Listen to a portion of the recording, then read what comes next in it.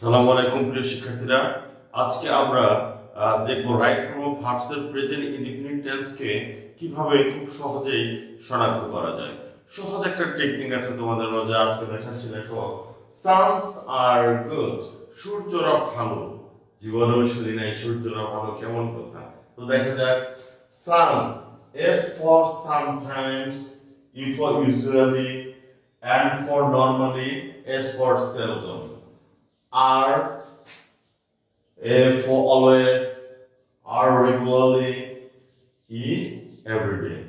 এরপরে থাকলো গুড, ভালো, G generally, O occasionally, O often, D daily. তাহলে আমি যদি সানস আর গুড মনে রাখি, তাহলে আমার কি হয়ে যায়, এই 10টা ওয়ার্ড খুব সহজে মনে থাকবে।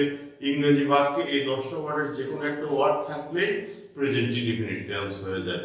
কথাটা কেমন ডেঞ্জারাস একটা কথা হয়ে গেল না?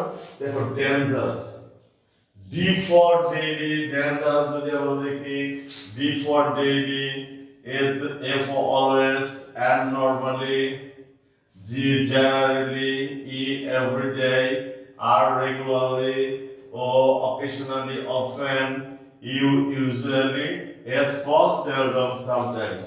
তার মানে যদি আমি ডেঞ্জারাস মনে রাখি, তারপরও আমি ওই 10টা ওয়ার্ড মনে রাখতে পারবো।